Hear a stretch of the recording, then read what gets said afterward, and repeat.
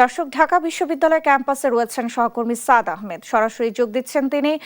সাদ, হাদির কবর জিয়ারত করতে আসা মানুষ কি বলছেন জানাবেন।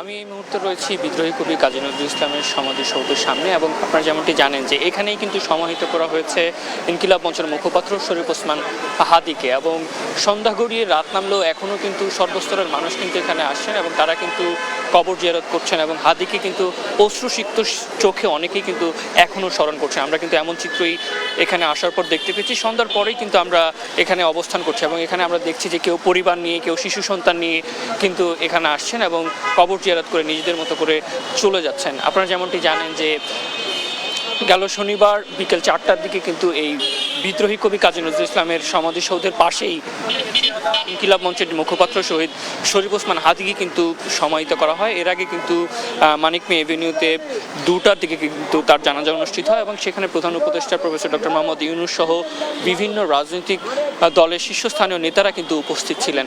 এবং আমরা দেখেছি যে এটি বাংলাদেশের একটি ইতিহাস হয়ে থাকবে যে হাদির জানাজায় লাখো মানুষ যেভাবে অংশগ্রহণ করেছিলেন। সংসদ ভবন সহ আশপাশের এরিয়া কিন্তু কানায় কানায় পূর্ণ হয়ে গিয়েছিল। এবং আমরা এটিও জানতে পেরেছি যে সেখানে যে মিছিলটি ছিল সেটি শেষ অংশটি কিন্তু হাদির দাফন সম্পন্ন হওয়ার পরেও এখানে এসে পৌঁছাতে পারেনি, এত লম্বা মানুষের সারি কিন্তু ছিল। এবং সন্ধ্যার পর আজও আমরা দেখছি যে মানুষ এখানে আসছেন পরিবার, শিশু সন্তান নিয়ে। তারা কিন্তু শ্রদ্ধার সাথে তাকে স্মরণ করছেন এবং কবর জিয়ারত করছেন এবং তার হত্যার নৃশংস এই হত্যাকাণ্ডের বিচার কিন্তু তারা দাবি করছেন। তো এই ছিল রাজধানীর শাহবাগ থেকে আমার কাছে সর্বশেষ।